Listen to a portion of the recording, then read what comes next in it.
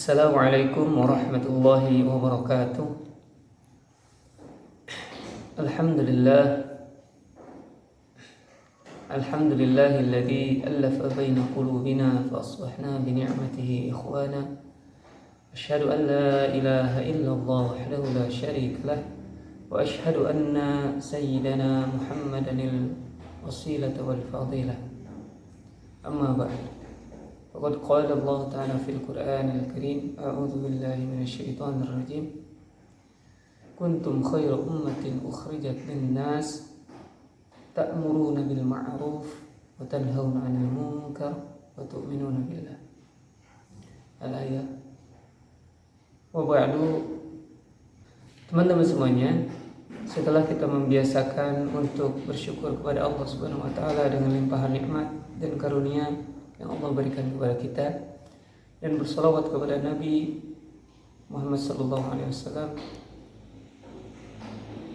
Setelah bersyukur dan bersalawat itu, kita hari ini mudah-mudahan semuanya masih diberikan kesabaran dalam kondisi yang seperti ini ya.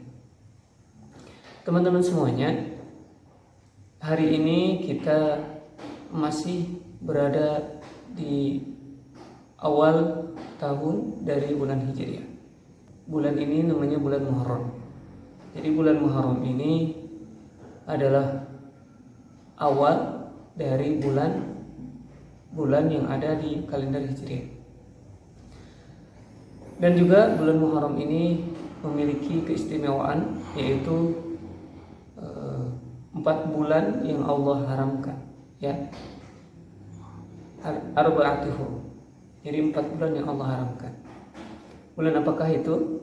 3 bulan berurutan: Dzulhijjah, Dzulqa'dah, Dzulhijjah, dan Muharram. Dan 1 bulan terpisah, yaitu Rajab. Ya. Bulan Muharram ini bulan yang diharamkan atau bulan yang dimuliakan oleh Allah Subhanahu wa taala, di mana bulan ini bulan yang tidak boleh terjadi perperangan waktu zaman Nabi SAW, ya. Dan juga di bulan ini terdapat 1 tanggal yang dimana tanggal itu memiliki banyak sekali sejarah, di mana tanggal itu memiliki peristiwa-peristiwa besar, yaitu yang kita kenal dengan hari Asyura. Tanggal 10 di bulan Muharram ini memiliki banyak kejadian-kejadian besar dan memiliki banyak sekali keutamaan-keutamaan bila kita melakukan amal-amal soleh di dalamnya. Bulan haram ini, bulan yang dimuliakan Allah ini, kita tahu bersama bahwa banyak sekali kejadian. Apa itu bulan Muharram di tanggal 10 ini? Yang pertama, Nabi Adam alaihissalam diterima taubat oleh Allah Subhanahu wa taala. Teman-teman semuanya, Nabi Adam alaihissalam, bapak moyang kita semuanya, adalah nabi yang pertama atau manusia yang pertama yang Allah ciptakan di surga. Ya, Allah ciptakan di surga sendirian Nabi Adam. Setelah itu Allah Subhanahu wa taala menciptakan pasangannya, yaitu Hawa. Setelah lama di surga, maka Allah berfirman kepada Nabi Adam, "Hai Adam, masuklah kamu dengan istrimu ke surga. Kamu boleh makan apa saja yang ada di sini. Kamu boleh pakai saja yang ada di sini. Tapi hanya 1 saja yang tidak boleh dipakai dan tidak boleh dimakan, yaitu kamu jangan dekati pohon khuldi." Ya. Setelah itu perintah, terus ujian yang Allah berikan kepada Nabi Adam. Setelah itu Nabi Adam pun lama tinggal di surga, dan lama-kelamaan mereka mendekati pohon itu dan memakan pohon itu. makan buah dari pohon itu. Setelah itu pakaian mereka terlepas dan juga Allah menurunkan Nabi Adam dan Hawa ini ke dunia dengan terpisah. Di situ Adam alaihissalam bertaubat kepada Allah Subhanahu wa taala dengan taubatnya yang kita ketahui, yang kita tahu bersama, Rabbana zalamna anfusana wa illam taghfir lana wa tarhamna lanakunanna minal khasirin. Di riwayat 40 tahun Nabi Adam bertaubat. Setelah itu Allah terima taubatnya di Malam Asyura ini. Ada cerita unik di sini. Nabi Adam melakukan satu dosa, dikeluarkan oleh Allah Subhanahu wa taala dari surga. Kita banyak dosa, ingin masuk ke dalam surga. Ya. Selanjutnya juga dikeluarkan Nabi Yunus alaihissalam dari perut ikan Nun. Ya, Nabi Yunus alaihissalam adalah satu nabi yang berdakwah kepada kaum yang sangat durhaka kepada Allah Subhanahu wa taala. Ninawa. Di sana Nabi Yunus alaihissalam berdakwah. Setelah itu Nabi Yunus alaihissalam berkata kepada kaumnya, wahai kaumku, sembahlah Allah. Kalau tidak, kalian akan mendapatkan adab yang pedih. Kata kaumnya, kapan adab itu? Nanti.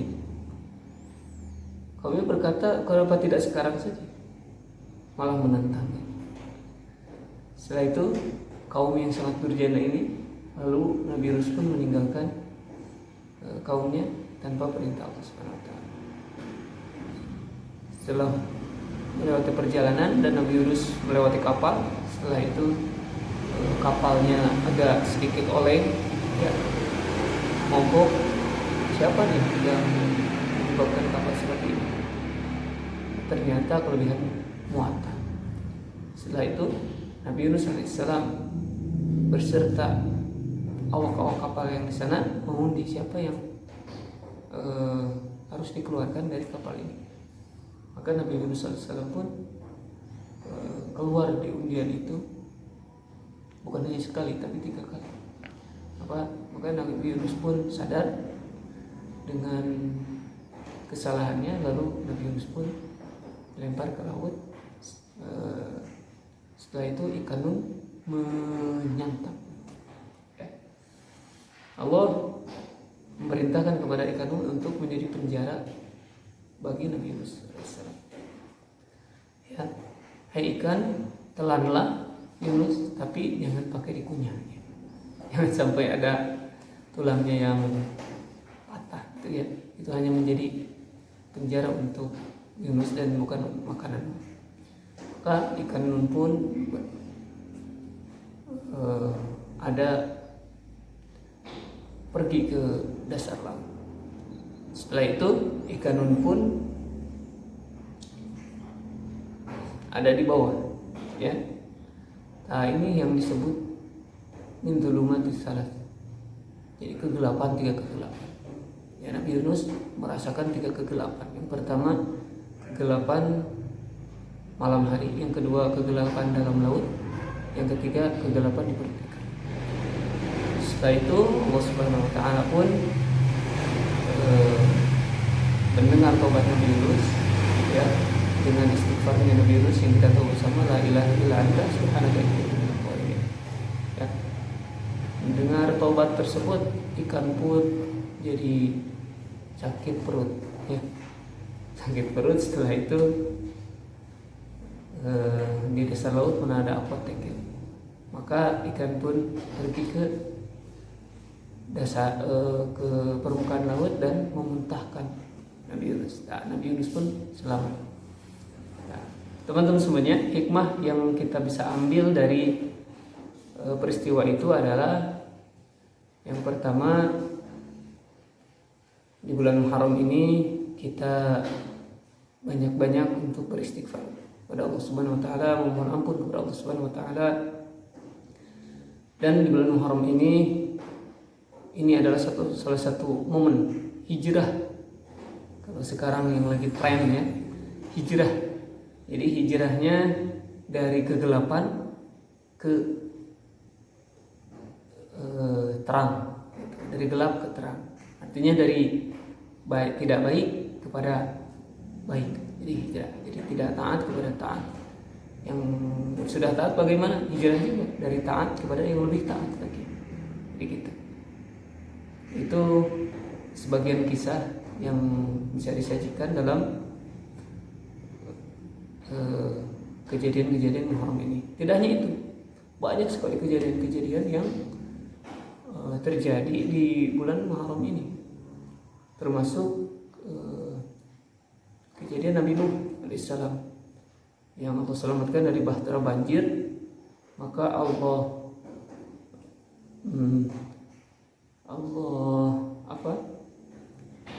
bereskan banjir itu, lalu berlabuhlah Nabi Nuh pada 10 Muharram ini. Setelah itu Nabi siapa? Nabi Ibrahim alaihissalam yang diselamatkan oleh Allah dari kobaran api 10 Muharram. Setelah itu Nabi Musa. Ini ada kisah menarik mengenai Nabi Musa alaihissalam. Waktu itu Nabi SAW waktu setelah berhijrah ke Madinah, maka Nabi SAW mendapati semua penduduk Madinah yang Yahudi, beragama Yahudi itu tidak makan, tidak minum. Ya. Setelah itu Nabi SAW bertanya kepada kaum Yahudi ini. Ya. Bagaimana kita tahu di Madinah itu kaum Yahudi dan Muslimin itu berdampingan. Ya. Berdampingan. Setelah itu di hari ke-10 Muharram, bahwa Nabi mendapati kaum Yahudi itu tidak makan, tidak minum. Nabi pun bertanya kepada kaum Yahudi, kenapa kamu tidak makan, tidak minum? Kaum Yahudi ini menjawab bahwa mereka bersyukur kepada Allah Subhanahu wa taala. Kami bersyukur kepada Allah Subhanahu wa taala bahwa di hari ini Allah menyelamatkan Musa dari kejaran tentara Fir'aun, ya. Sudah kita tahu cerita Nabi Musa alaihissalam dengan Fir'aun, ya, yang sangat kejam, pemimpin yang sangat zalim, gitu ya. Diselamatkannya pada hari ini. Nabi pun bersabda, kalau begitu aku yang lebih berhak atas sekalian untuk berpuasa. Lalu Nabi memerintahkan kepada para sahabat, para umatnya untuk berpuasa di hari ini, hari Asyura ini, tanggal 10, ya. Tapi Nabi memerintahkan untuk membedakan dengan kaum Yahudi. Yaitu kalau Nabi masih hidup sampai tahun depan, maka aku akan berpuasa tanggal 9. Jadi berbeda sebelumnya jadi tanggal 9, tanggal 10, ya. Itulah amalan yang istimewa di hari ini. Meskipun kita tingkatkan amalan-amalan yang lain yang bisa kita kerjakan, yang sudah kita istiqomahkan, yang sudah kita dawamkan, kita tingkatkan lagi amalan-amalan baik pada kesempatan hari Asyura ini, ya. Kita isi dengan amalan-amalan baik, ya. Nah, hikmah dari semua, jadi kesimpulan yang dapat disampaikan, yang pertama, mudah-mudahan momen tahun baru Hijriah ini, bulan Muharram ini menjadi satu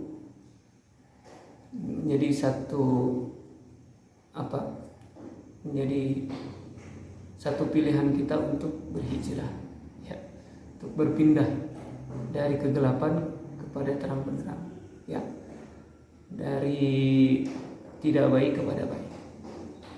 Sebagaimana cerita Nabi Yunus tadi, dari kegelapan yang sangat gelap kepada terang benderang, dengan bertobat kepada Allah Subhanahu wa taala, dengan kembali kepada Allah Subhanahu wa taala, ya. Dan Allah akan memberikan cahaya kehidupan, cahaya iman kepada diri kita yang ingin bertobat. Dan Allah sangat sekali dengan orang yang bertobat. Innallaha yuhibbut tawwabin. Allah sangat cinta kepada orang yang bertobat. lebih cinta daripada seorang gembala yang kehilangan gembalanya di padang pasir. Setelah itu setelah mencari dia duduk dan ketiduran. Setelah dia bangun mendapati untanya kembali. Sangat itu sekali ya, bahagia sekali. Itu momen pertama. Momen kedua, kita banyak beristighfar kepada Allah dan meningkatkan amal saleh, yang amal-amal yang kita sendiri yang pilih ya, sesuai dengan kesukaan kita, amal yang mana, sesuai dengan style kita, amal mana yang kita pilih. Setelah itu momen untuk meningkatkan ketakwaan kita kepada Allah Subhanahu wa taala dengan menjalankan perintah-perintah Allah, meningkatkan perintah-perintah Allah yang sudah dawam atau yang belum. Salah satu rekomendasi amal yang dianjurkan pada bulan ini yaitu berpuasa, saum di bulan Muharram ini ya. Mudah-mudahan kita mendapatkan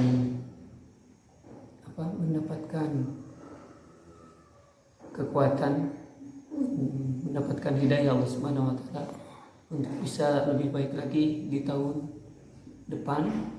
Bagaimana tahun depan lebih baik daripada tahun sebelumnya, itu yang kita harapkan semuanya ya. Mudah-mudahan